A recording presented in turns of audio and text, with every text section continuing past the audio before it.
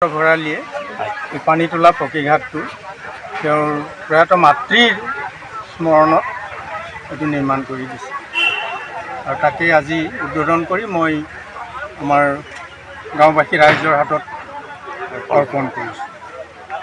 আমি এই বিষ্ণু মন্দিৰটো যেতিয়া নিৰ্মাণ কৰি থকা হয়, নিৰ্মাণৰ সময়ত মণিকূটৰ যিটো ওপৰৰ যিটো ওম চক্ৰ, সেইটো আমাৰ পৰিয়ালৰ ফালৰ পৰা বিশেষকৈ প্ৰয়াত মোৰ সহধৰ্মিনী পাৰিজাত ভৰালীয়ে সেইটো দান কৰিছিলে। আৰু তেওঁ বিষ্ণু মন্দিৰত আমাৰ এযোৰ পকী খুঁটা দিয়া হৈছে। তাৰোপৰি তিনিটা চিৰি সন্মুখৰ চিৰিকেইটা বনাই দিয়া হৈছিলে, কিন্তু অনিবাৰ্য কাৰণত মানে চিৰিকেইটা ভাঙিব লগা হ'ল, ভাঙি পেলাই নতুনকৈ তাৰ সন্মুখভাগ নিৰ্মাণ কৰিব লগা হ'ল। গতিকে সেই চিৰিকেইটা এতিয়া নাই। কেনেকুৱা অনুভৱ হ'ল আজি আপোনাৰ?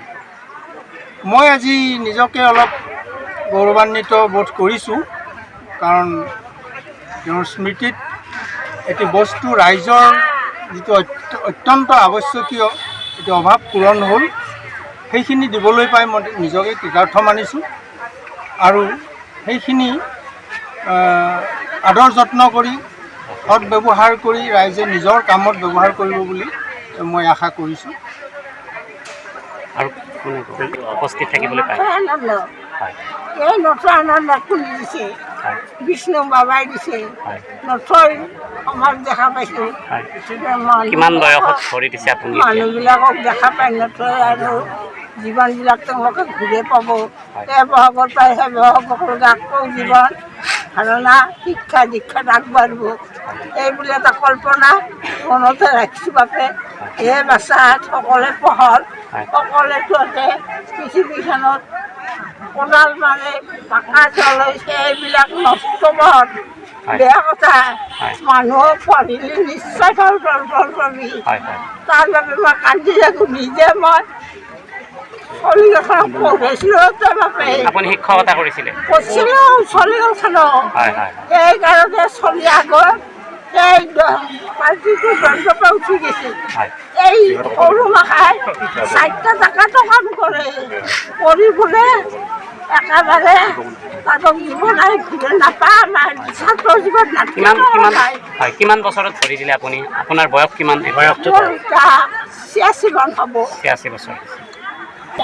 ৰাইজক বা গাঁওবাসীক দান কৰি বহুত চেষ্টা আৰু অকলে কেনেকৈ যে বনাইছোঁ বা কি কৰিছোঁ মই নিজেই জানো। কেইটা পৰিয়াল আপোনালোকৰ? এটা পৰিয়ালে? পৰিয়ালৰ এতিয়া আমাৰ তিনিজনে দান কৰিছে? নাই, অকল ময়ে দান কৰিছোঁ। পৰিয়ালৰ আছে আৰু তেনেকৈ পৰিয়ালৰ 3জন।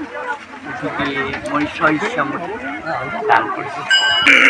বকুল ভৰালী আৰু সম্পাদক আমাৰ অৰুণ ভৰালী, লগতে সহযোগী আছে আমাৰ এইটো গৌতম ভৰালী আৰু ব্ৰজন ভৰালী সহযোগিতা আছে। আৰু আমাৰ কেইটা পৰিয়ালে দান দিলে? আমাৰ 3টা পৰিয়ালে বৰ্তমান দান দিলে। কি দান দিলে আপোনাৰ? প্ৰথম দান দিলে প্ৰবীণ ভৰালীৰ উত্তৰৰ সোঁৱৰণত ডবা এটা দান দিলে, তেখেতে পিতলৰ ডবা। তাৰপিছত আমাৰ দ্বিতীয়টো দান দিলে শিৱ মন্দিৰ, কি ভৰালী আছিল আপোনালোকে? কল্যাণ ভৰালী দান দিছে তেখেতৰ মাতৃৰ সোঁৱৰণত আৰু পিতৃ মাতৃৰ সোঁৱৰণত। আৰু তৃতীয়টো আমাক দান কৰিলে আজি বৃহৎ এটা দান, যিটো আমাৰ এই মহিলাখিনিৰ কাৰণে বিৰাট অভাৱ হৈছিল, বহুত বছৰ ধৰি অভাৱ, য'ত নেকি বহুতেই অলপ অসুবিধাত পৰি আছিল। এই সুবিধাটো কৰি দিছে আমাৰ এই চুপাৰে নিবাসী আছিল, যদিও বন্ধাত অৱস্থিত এতিয়া আমাৰ সুবল ভৰালীদেৱ, তেখেতৰ জ্যেষ্ঠ পুত্ৰ সীমান্ত ভৰালীৰ অনুদানেৰে আমাক যেনে সহায় কৰিছে। তেখেতৰ 2 এষাৰ ক'ব এই বিষয়ে। এইটো আমাক সহায় কেনেকুৱা লাগিল আপোনাৰ? আমাৰ এনেকুৱা লাগিছে চুপাবাসীৰ যে নোহোৱা যিটো আমি বস্তু এটা পাইছোঁ, আমাৰ চুপাবাসীক খুবেই আমি আনন্দিত। আৰু তেখেতসকলে আমাক এই দানবোৰ কৰিছে, তেখেতৰ পৰিয়াললৈ আমাৰ চুপাৰবাসী ৰাইজৰ পৰা বস্ত্ৰ আমাৰ এখিনি বনোৱা ভৰালী পৰা। আৰু লগতে আমি এই আপোনালোকৰ চেনেলৰ জৰিয়তে আমাৰ যিখিনি হ'ব লগা কাম ইয়াত আছে, ইয়াত আমাৰ যথেষ্ট অনুষ্ঠান হৈ থাকে। গতিকে আমাৰ যিটো গাৰ্ডৱাল আৰু ছাইড বিষ্ণু মন্দিৰটো কিমান বছৰ পুৰণি? আমাৰ 200 বছৰ হৈ গৈছে। এতিয়া 204 বছৰ হ'ল। আমাৰ 200 বৰ্ষ ইতিমধ্যে আমি অনুষ্ঠান 2019 পাতিছোঁৱে। গতিকে এই ক্ষেত্ৰত আমাৰ 2 এষাৰ আমাৰ ক'ব লগা আছে। মই সীমান্ত ভৰালীয়ে ক'ব আৰু আমাৰ সম্পাদক কাৰ্যবাহী সম্পাদক শংকৰ এষাৰো দুই এষাৰ ক'ব। আমাৰ যিটো অভাৱ আছিল মহিলাসকলৰ পানী তোলা অভাৱ, আজি বহু বছৰৰ পৰা আমি এইটো চিন্তা চৰ্চা কৰি আছিলোঁ। আমাৰ চুবুৰীয়াশীৰ ৰাইজ তথা বৰ্তমান বন্দা নিবাসী সুবল ভৰালী তেখেতৰ পৰিয়ালবৰ্গই আমাক বহুত এটা তাৰমানে বৃহৎ দান দিলে, আমাৰ বহুত ভাল লাগিছে, নথৈ আনন্দিত আছে, খুৰা আছে, ৰাইজৰ আপোনালোকৰ পৰিয়ালৰ পৰা দিছে? মোৰ পৰিয়ালৰ পৰা এইখিনি মানে গাঁৱৰ এইখন গাঁৱতে ডাঙৰ হৈ পেলাই ইয়াৰ পৰা ওলাই গৈছোঁ। সাধাৰণ অনুদান আৰু মোৰ ফালৰ পৰা প্ৰয়াস কৰিছোঁ আৰু যদি এইটোৰ পৰা আপোনাৰ পৰিচয়টো জানো? মোৰ নাম সীমান্ত ভৰালী। মোৰ জন্ম ইয়াতে ভৰালীচুবাতে। মই ইয়াতে নলবাৰী কলেজত গ্ৰেজুৱেশ্যন কৰাৰ পিছত মোৰ ব্যৱসায়িক সূত্ৰে চাকৰি সূত্ৰে গুৱাহাটীত থাকোঁ এতিয়া। চ' এইখিনি সাধাৰণ প্ৰয়াস এটা, গাঁৱৰ এটা বহুদিনীয়া প্ৰয়োজন এটা আছিলে গাঁৱৰ মহিলাখিনিৰ। আমি জন্মৰ পৰা দেখিছোঁ মানে মহিলাখিনি ইয়াতে পানী চানী উঠোৱাৰ ক্ষেত্ৰত যিখিনি অসুবিধা পাই আছিলে, গাঁৱৰ মানুহখিনিও মোক ক'লে, সভাপতি সম্পাদকে ক'লে যে প্ৰয়োজন এটা আছে। মোৰ ফালৰ পৰা এটা সাধাৰণ প্ৰয়াস আৰু এইখিনি কৰি দিয়াৰ কাৰণে ভাল লাগিছে। চাওঁ যদি ভৱিষ্যতে পাৰোঁ আৰু যদি কিবা এনেকুৱা ধৰণৰ সহায় সহযোগিতা আগবঢ়াব নিজে ভাল লাগিব। আমাৰ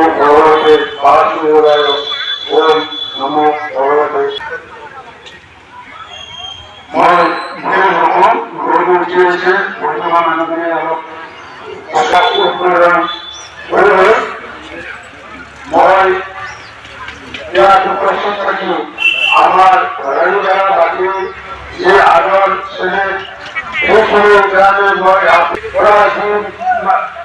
মানে বিদ্যভাবে সহায় আগবঢ়ায় এইটো নিৰ্মাণ কৰা হ'ল। ইয়াত আমাৰ চুবুৰীয়াৰ অক্লান্ত শ্ৰম আৰু সহযোগত আজি এই প্ৰতিষ্ঠিত এইখিনি ৰূপত আমি চুবুৰীয়াখিনিৰ কাৰণে আগবঢ়াই দিব পাৰিছোঁ। তাৰ বাবে মই ভৰালীপাৰা চুবুৰীয়াবাসী আৰু পুষ্পমণ্ডল পৰিচালনা সমিতিৰ কাৰ্যকৰ্তা তথা ভৰালীপাৰাবাসী ৰাইজক ধন্যবাদ জ্ঞাপন কৰিছোঁ।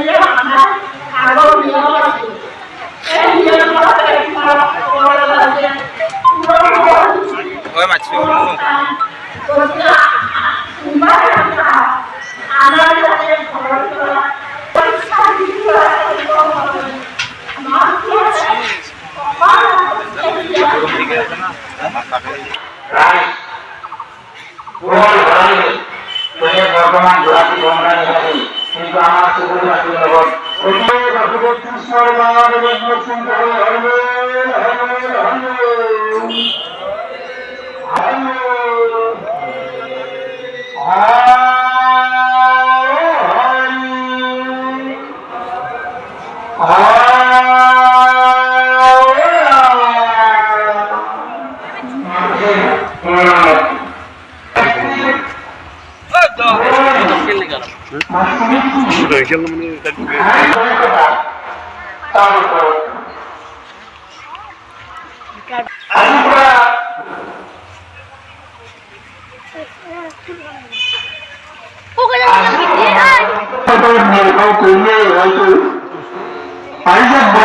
স্মৰণ কৰা হয়েছে এবং তোমাৰ স্মৃতি এই প্ৰতিঘাতটি নিৰ্মাণ কৰা হয়েছে। এইটো আপোনালোকে আদৰ যত্ন কৰি অনাদৰ অৱহেলা নকৰি অঞ্চল বস্তুগুলি সহজৰণী হিচাপে পাৰিজাত বৰালীৰ স্মৃতি হৈ জনগণক খেলিয়ে ফুৰে। ইয়াতে হওক বৰ্তমান অধিষ্ঠিত আপোনালোকে নজৰ ৰাখি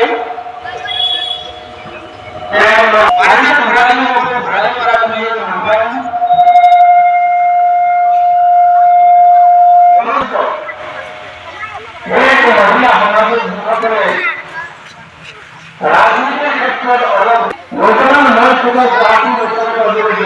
আমাৰ এই অঞ্চলৰ তোমালোক এটা ঘটনা লাগিছে প্ৰায় মানুহ কাম কৰে তোমাৰ বাচনি পায় কিন্তু মই কোৱা কথা নহয়। গতিকে তেওঁৰ স্মৃতি আপোনালোকে ৰক্ষা কৰি সম্ভৱ হয়।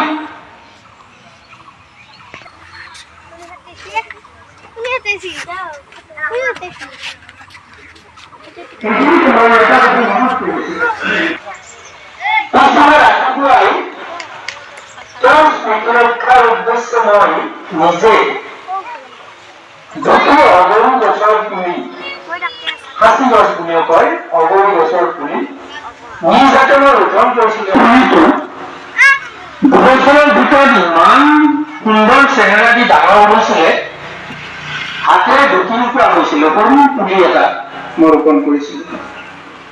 অতি দুখৰ কথা দুৰ্ভাগ্যৰ কথা যে অজানিতে সেই পুলিটো ভাঙি চিঙি নতুন হৈ মই অলপ দুখ পাইছো। সমাজৰ অৱহেলাৰ কাৰণে এই ঘটনাটো ঘটিবলৈ পালে। তেওঁলোকে নদীখন ভালদৰে গ্ৰহণ কৰে পৰিচালনা কৰে। তাৰ ওপৰতে পাৰিজাত বৰালী আত্মাৰ প্ৰতি আপোনালোকৰ অৱহেলাই জনানো নতুন বছৰটো সুখে শান্তিৰে সকলোৰে আনন্দময় হওক ভাল হওক ভালদৰে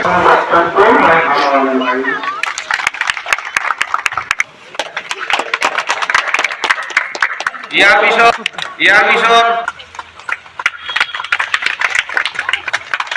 তোমাৰ নাম ধন্যবাদ। আৰু উপস্থিত